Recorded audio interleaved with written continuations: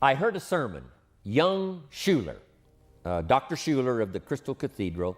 It was his son who was filling in for him and preaching a sermon. And here was the notes from his sermon. I thought it was one of the classic sermons I've ever heard. And it had 3 major points. Not 30, just 3. But they were so classic, and here they were for your notes. Number 1, if you think it's impossible, it isn't. That was his first point. Now, under the title, If You Think It's Impossible, It Isn't, he told a unique story. It's the story of Rich DeVos, founder of AMWAY. Rich DeVos needed a heart transplant. Critical. Young Schuler said, my father went to offer a prayer for Rich DeVos. And when he got there, he said, Rich, a little difficult to pray this prayer because for you to get a new heart, somebody has to die. And he said, well, I guess we'll just pray the good Lord's will be done. Now fast forward. Rich DeVos gets his heart transplant. That's one part of the story. But here's the rest of the story that's remarkable.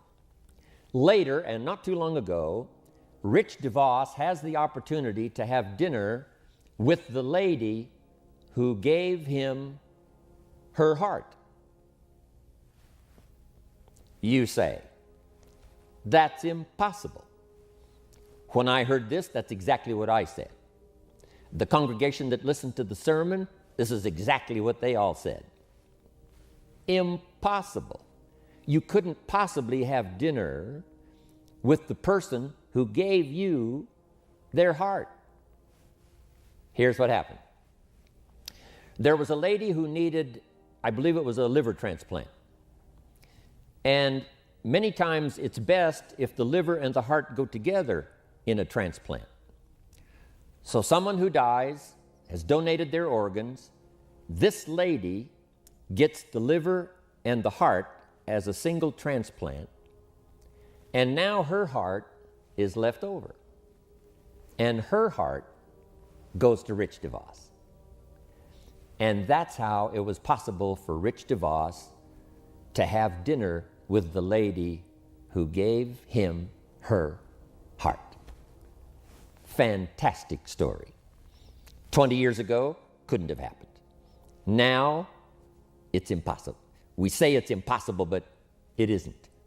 No telling what technology will do in the years to come. No telling what your faith can produce. No telling what can be done. That was a great point. If you think it's impossible, it isn't. Then the next point, if you think you're alone, you're not. Interesting. The Pledge of Allegiance in America says one nation under God. As a country, we really believe that. That in America, we are not alone. And sometimes all alone, meaning by yourself, doesn't mean that you are alone. Somebody's prayer reaches you. Someone's spirit reaches you. Someone's presence, even though they're not there, you sense it, you feel it. The telephone rings and you pick it up, and something told you that this was going to be a call from someone that you've wanted to hear from. That unseen magic. So we do believe when you think you're alone, you're not.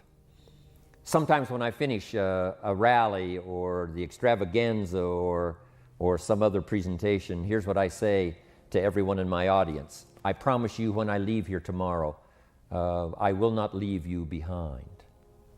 I will take you with me in my thoughts and in my heart.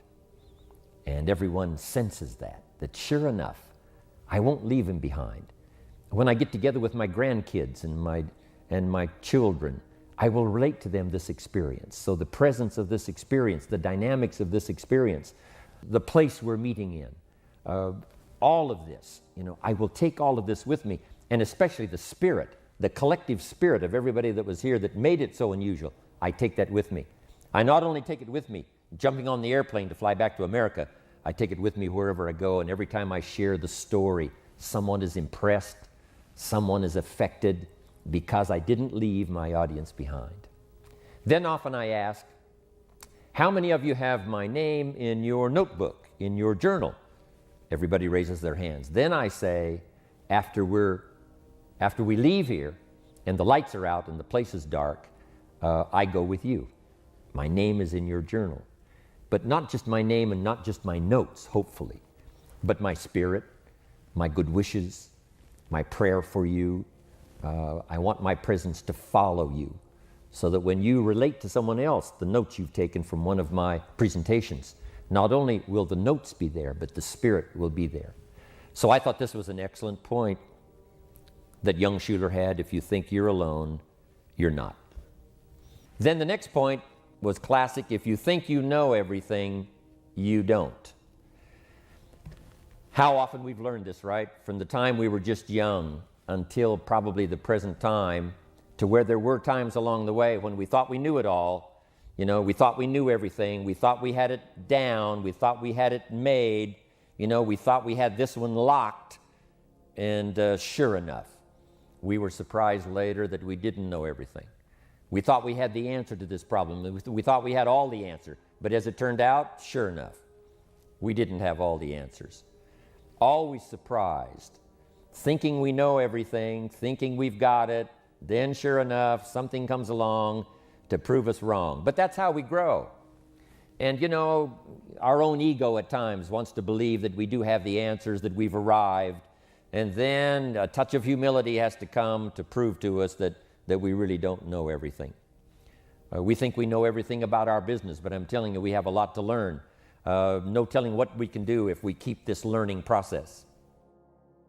But now, here are some leadership studies, and I want to give you the list first, and then we'll come back and we'll go through this list and take them one at a time. Opportunity, ability, inevitability, and rationality. Here's the first one, and that's opportunity. Opportunity means springtime, to be able to recognize this is a good time. This could be the spring we've been looking for, with all of the components to make spring unique as we see it through the summer and harvest it in the fall. They seize the moment, and that's what you must do with opportunity, is to seize the moment. Whether the moment might be someone you see standing there and you say, I should introduce myself and tell my story, or at least say hello and see if the window will open a new opportunity. Seizing the moment, not letting opportunity slip away. Be a student of when it's the right time. Be a student of when this is the moment. This could be the year. The first 3 months of the next year to set up the year 2000. You say, I'm going to recognize this as a new opportunity for me to really pour it on these first 3 months. I'm calling it springtime. Putting together an artificial spring. In an industrialized society, it's hard to recognize when is spring, when is summer, when is harvest.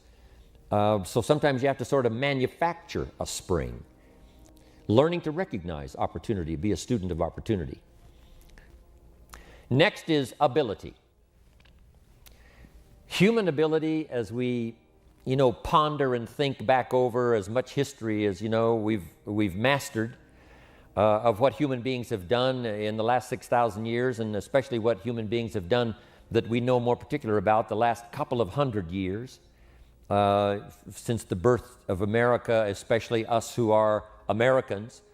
But the last, let's say, 1,000 years of the Renaissance, walking hopefully out of the Dark Ages, when there was a whole burst of freedom, of thought, craft, artist, genius, music. It seems like all of these unique architecture, all of these things sort of began to awaken almost simultaneously. And within a few short years, everything seemed to be bursting forth like a variety garden called the Renaissance. But that helps us to understand human ability is just incredible. Given the right moment, given the right opportunity, given the right climate, given the right season, human beings can think, create, and do the most extraordinary things. It was there, but nobody ever recognized it. It was there, but nobody offered them a helping hand saying, come, we'll teach. Nobody offered the opportunity to say, come, we'll recognize. We will help you start, we will help you build.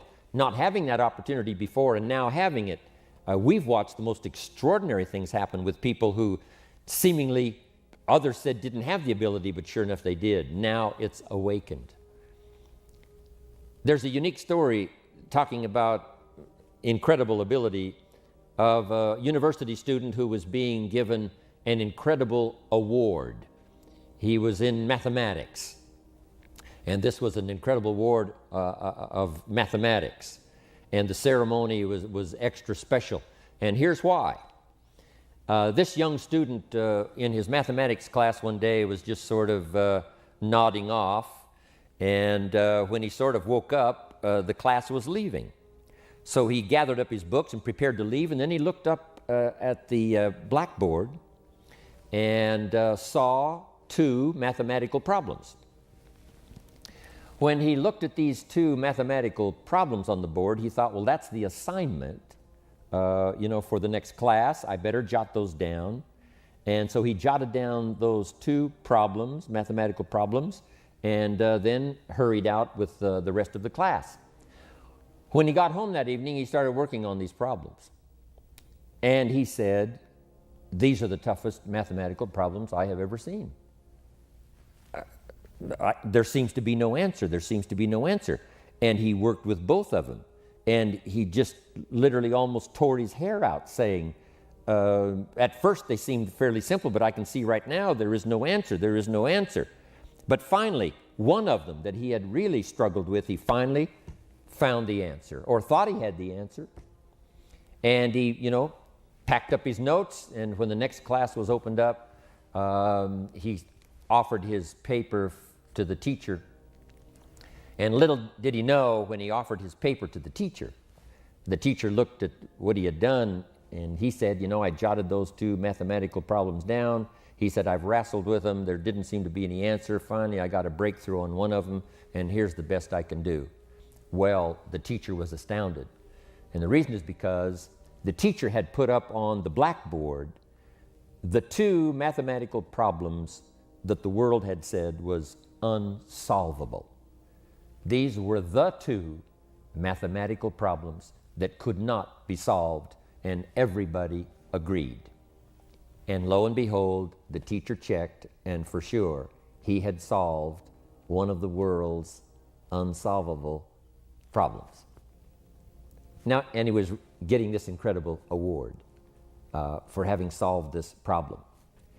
Now, here's the unique part of the story. When he wrote those two problems down and took them home to go to work on them, he didn't know that they were two of the world's mathematical unsolvable problems. Great story. The human genius is limitless. The possibility for thought is so incredible. The unique thing about thought and spirit, it has no restriction. It has no, it's not like, a physical body moving through space and time. You can only go so fast. An airplane now can only go so fast. Even the speed of light can only go so fast. But here's what's incredible. Thought and spirit, travels faster than the speed of light and has components that, nothing else can match. The law says that, two bodies cannot occupy the same space at the same time. It's impossible. It's either one or the other. But what's amazing is when you share, you receive. Instantaneously giving out and getting back, it's so extraordinary. These are the possibilities of the human brain, the ability to think and to ponder and to wonder and to figure things out. Now here's what I want you to discover in this study, and that is your own ability. Part of it you discover as you go, skill by skill, language by language, ability by ability. Yours can grow. You've got it. The key is to use it. Yes, you can learn to do this, but how about this, and how about the next step, and how about the next step? Don't stop. Now that you've gotten started, don't stop on your journey to study and tap and utilize your own personal ability. Here's the next one that's vitally important, and that's the study of inevitability. As leaders, we must be students of inevitability. What is inevitable? Here's a little scene. 300 feet from Niagara Falls in a little boat with no motor and no oars. We call this scene inevitable. It's over. If you find yourself in such an unfortunate position, it's already lost. 300 feet from Niagara Falls, little boat, no motor, no oars. It's over. It's already done. Even though you haven't crashed over the falls, even though that experience hasn't yet occurred, you're now in this unfortunate position, and it's called inevitable. I raise this issue because what you don't want to be caught in is in those inevitable positions, where either through carelessness or whatever, rather than find yourself 300 feet from Niagara Falls, if someone would have painted the roar of the falls sufficiently for you way upstream, or maybe they had seen an experience of someone who reached that inevitable point, and then they were lost. If enough of those scenes were painted, then you probably wouldn't have been so careless to have found yourself in that position. And that's really what life is all about, learning from the experiences of others that have either witnessed or have been in these, inevitable positions where because of mistakes and because of failure and because of carelessness, they have found themselves in this inevitable position, and sure enough, it was too late. You crossed the line. We must teach our children that there are certain points in life that are inevitable. The disaster is inevitable. The heartbreak is inevitable. I learned it in economics. I found out early, you could make $5,000 a month and go broke. And way back then, $5,000 a month was a lot of money. And I used to say, how could you go broke if you made $5,000 a month? And the answer was simple: spend $6,000. And if you're making $5,000, it's easy to spend that other $1,000 and just not realize it. It just gets away. So it is easy to go broke making $5,000 a month, just spend $6,000. And it's inevitable. If you don't change your ways, if you don't recognize it soon enough, if somebody doesn't come along and sort of ring the alarm bells quick enough, sure enough, the inevitable will come, to spend more than you make. One of my friends says, if your outgo exceeds your income, your upkeep becomes your downfall. And there finally comes a point when it's inevitable. So don't find yourself there, but be a student. If I keep up my present direction, where will it take me? If I keep up my present disciplines, or where will that take me? And my lack of disciplines accumulated over some period of time, where will that lead me? If you don't get enough of this nutrient, it's inevitable over a certain period of time. And this combined with this, now it is truly inevitable, someday too late. And unless there's some adjustment, somebody to tell the story, you say, Mary, it's inevitable. So the key is to be a student of inevitability so that you don't find yourself in that impossible position where you've crossed the line and now it's too late. Next, and the last one, is to be a student of rationality. How to be a speed thinker. How to grasp problems and take them apart and put them back together in rapid fashion. How to ponder something and then make sure that it fits you, it fits your philosophy, it fits what you want to accomplish. Rationality, very important subject to study. Learning to put things through your own mind. And we are usually only going to act on something that's important if it makes sense to us. Now, sometimes what makes sense to us leaves us still a little bit short of what we should know, for the full expanse of knowledge to do a lot more things. But we can only really move as quickly as things make sense to us. Sometimes we step out by faith, but it makes sense to us to use our little faith. It makes sense to us to take a chance. It makes sense to us to make the investment first and then hope for the harvest. But if it doesn't make sense, if it isn't rational, then we're probably not going to act. We have to learn to study, our own rationality, what makes sense to us, and then here's what is the opportunity we have, is to try our best to make it make sense to somebody else. If you make the presentation in such a way that it's obvious, it's logical, I can see it, it makes sense to me, that's the way it seems to be, so we will act on that. If you'll get good at that, I'm telling you, you can affect a lot of people's lives. Now, here's the best rationality. We call it common sense. Humans have been given this extraordinary ability to use their brain power to come up with what we call common sense. Right? Yes, I've heard all of this, but common sense tells me that looks like that's an exaggerated story, not a real story. Common sense tells me. So part of it is to trust your common sense, but also to be willing to expand your common sense. What seemed to be common sense, 4 or 5 years ago, was a little short. Now I understand common sense is to think of it this way and this way. So this subject of rationality is vitally important. Continually looking for ways, whether it's style or content or product or presentation or understanding. Keep studying the craft to make sure you keep up with the latest, not only in the technology of developing products. So the responsibility of leadership, goes all the way from the top to the bottom. And wherever you find yourself today, myself in my position here, my position as a father, you've got to be a student father. If you're a mother, congratulations. I advise you to continue being a student mother. How could you be more effective as a mother this year versus last year?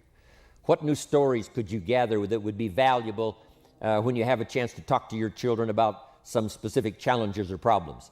That's called continually to being a student parent. Because we should all continue to be students. Many of you have already become leaders, but here's the key, and that is to be a student leader.